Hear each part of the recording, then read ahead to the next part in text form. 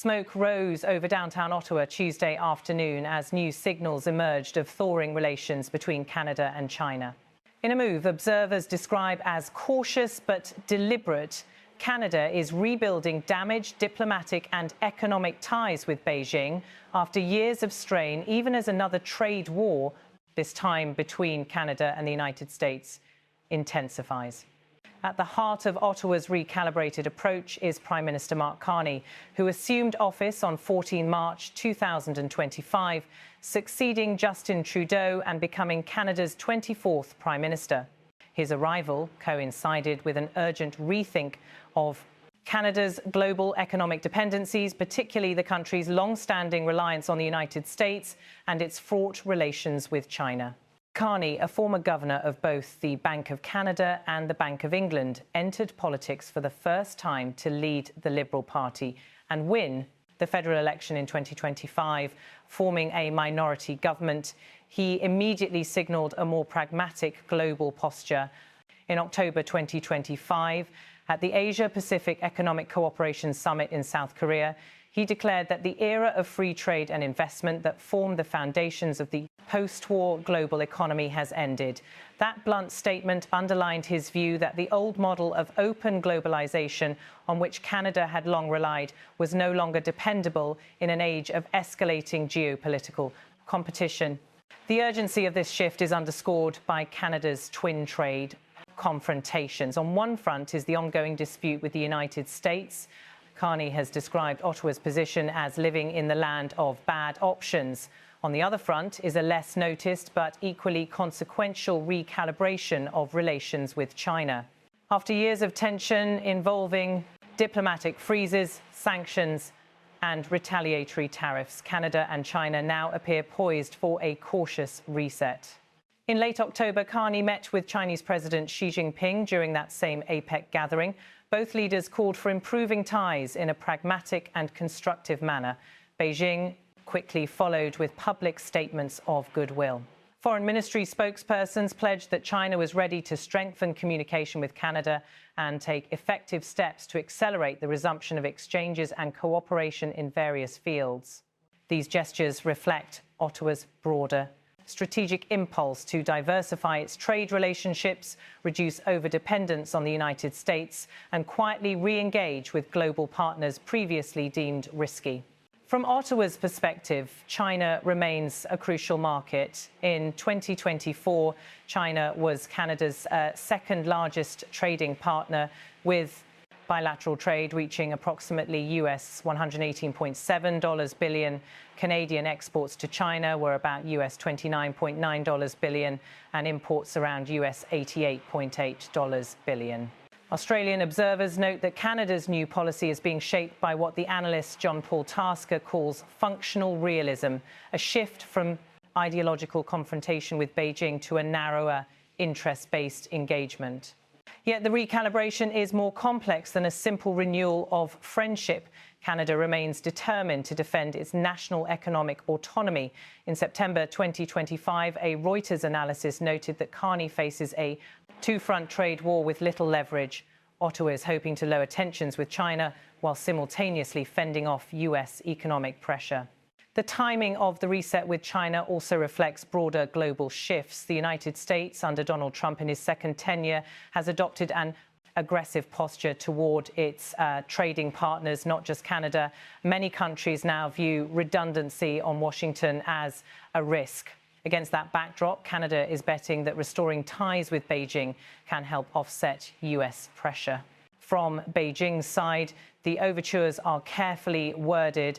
A Chinese Foreign Ministry official said, "We expect Canada to adhere to an objective and rational understanding of China and pursue a positive and pragmatic policy towards China." At the same time, China remains watchful.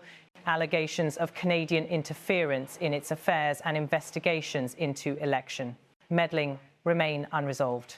Within Ottawa, the reset has been framed as part of the broader One Canadian Economy agenda, spearheaded by Carney's Cabinet Minister Dominic LeBlanc. LeBlanc is responsible for Canada-US trade, intergovernmental affairs and internal trade. He led the passage of Bill C-5, the One Canadian Economy Act, which aims to remove interprovincial trade barriers and reduce Canada's over-reliance on the US market. In practical terms, Ottawa is pushing for freer internal movement of goods and services, greater infrastructure investment, and stronger resilience in strategic sectors, including clean energy, critical minerals and technology. These reforms underpin Canada's effort to position itself as less tethered to single market dependencies. During his meeting with Xi Jinping, Carney warned that China's assertive strategy posed new security and sovereignty risks. That suggests Ottawa's approach to Beijing will remain guarded, cooperation coupled with select caution. Among the early signs of renewed economic engagement, in November 2025, Chinese top diplomats called on Canada to consolidate the turnaround in bilateral ties and accelerate cooperation. Analysts within Western capitals note the significance, a G7 nation publicly signalling a reset with China at exactly the moment when the United States is pressuring its allies to isolate Beijing. Canada's internal debate on China is also reshaping, while earlier administrations approached China through the lens of human rights concerns and security risks. Carney's team is favouring a more transactional approach: engage where interests align, defer where they don't. The phrase functional realism is increasingly used to describe Ottawa's posture. From a business standpoint, Canadian exporters and investors are keen to reopen doors. China remains a massive market for Canadian agriculture, minerals, energy and technology. The 2024 statistics underscore the dimension. At the same time, Ottawa is conscious that Beijing's state capitalist model and its industrial subsidies have been key triggers of past conflict, including Canadian allegations of market distortions and unfair practices. Behind the scenes, Canada's trade officials are preparing for renewed dialogue. A mission led by Trade Minister Sidhu is expected to visit China. In November 2025 inches a push to lower bilateral trade tensions. Yet many Canadian diplomats caution the risks. One former envoy observes Canada is living in the land of bad options, meaning any reset will carry trade-offs and political risks. Another dimension: in their October 2025 meeting, both Carney and Xi publicly urged a reset of Canada-China economic relations that had been damaged by years of reciprocal sanctions and Chinese retaliatory tariffs. China's move to recalibrate follows Ottawa's earlier imposition of duties on Chinese electric vehicles and steel and aluminium. Under Carney, Canada remains open to cooperation but insists on reciprocity and market fairness. For many Canadians, this means watching closely how their government balances trade diversification, national security and human rights. On one hand, the opportunity to expand export markets beyond the United States is compelling. On the other hand, the memory of diplomatic hostilities with China, including the arrest of Huawei CFO Meng Wanzhou in Vancouver in 2018 and the detentions of Canadians in China, still looms over policymakers. Carney's broader foreign policy pivot is visible beyond China. At his first big international moments in office, he framed Canada as seeking stronger ties with other Indo-Pacific democracies and with Commonwealth partners such as the United Kingdom, Australia and New Zealand. The China pivot thus sits within a bigger mosaic of diversification, resilience and strategic autonomy. In Ottawa's narrative, restoring ties with Beijing does not mean capitulation. Instead, officials say Canada aims to maintain clarity on human rights concerns, national security threats and supply chain vulnerabilities while pursuing practical cooperation, where mutual interests align. As one commentator put it, Canada is no longer driven by guilt or ideological posturing, but by sober calculations of national interest. Still, analysts caution that the reset has pitfalls. Canada's leverage with China is thin, given Canada's relatively small size and heavy dependence on US logistics and markets. Beijing retains the upper hand in many sectors. Reuters described Carney's position as one of little leverage. Moreover, Canada's credibility with allies may be tested if Beijing interprets Ottawa's pivot as softening on human rights issues or geopolitical rivalries. In the weeks ahead, key watch points will include whether Canada lifts or eases some of the retaliatory tariffs it imposed, whether Chinese diplomats respond with upfront commitments on cooperation in Arctic, energy or technology sectors, and how US trade and security pressure evolves. The upcoming visit of Sidhu to Beijing will be a litmus test. On the domestic front, the economic logic behind the reset is significant. The One Canadian Economy platform emphasises internal trade, infrastructure, investment and diversification. Carney's government argues that Canada must build trade corridors east-west, not just north-south, invest in critical minerals and reduce vulnerabilities to single market dependencies. For Canadian businesses, the message is clear. Ottawa wants to expand opportunities in clean energy, artificial intelligence, critical minerals processing and advanced manufacturing, and China remains too large a market to ignore. Canadian-China joint projects in hydrogen, rare earths development and digital infrastructure are already being discussed. However, officials stress these will be pursued under Canadian sovereignty-first rules. In his remarks at APEC, Carney warned that the world is entering one of its most profound periods of change since the fall of the Berlin Wall, a remark made in the same breath as his assertion that free trade rules no longer suffice. He urged the international community to adapt to new realities where trade policy must reflect strategic competition and where Canada must hedge its position accordingly.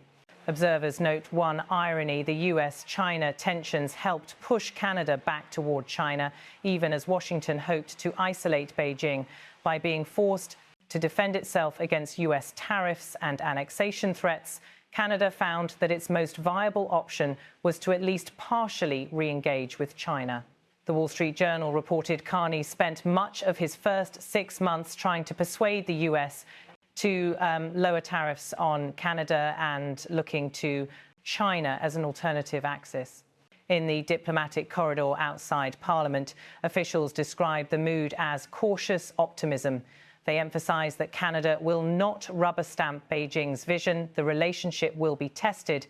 Issues of reciprocity and Canadian rule of law will loom large. At the same time, business delegations say the message is clear. Canada is open, China is willing, and both sides have reason to make it work. For Beijing, the reset with Ottawa offers symbolic value, a G7 country signalling a fresh approach. As one Chinese commentary put it, China is ready to strengthen communication with Canada so as to consolidate the momentum for growing bilateral relations in a practical and constructive manner. Amid all this, Canadian policymakers are also mindful of what happens next in the US trade arena. For Canada, the recalibrated China policy is not purely a pivot eastward. It is part of a hedging strategy, a way to gain flexibility in a structurally uncertain global economy. As Carney's domestic agenda suggests, Canada's future economic security will depend on diversifying both markets and supply chains, strengthening domestic production, and removing internal frictions.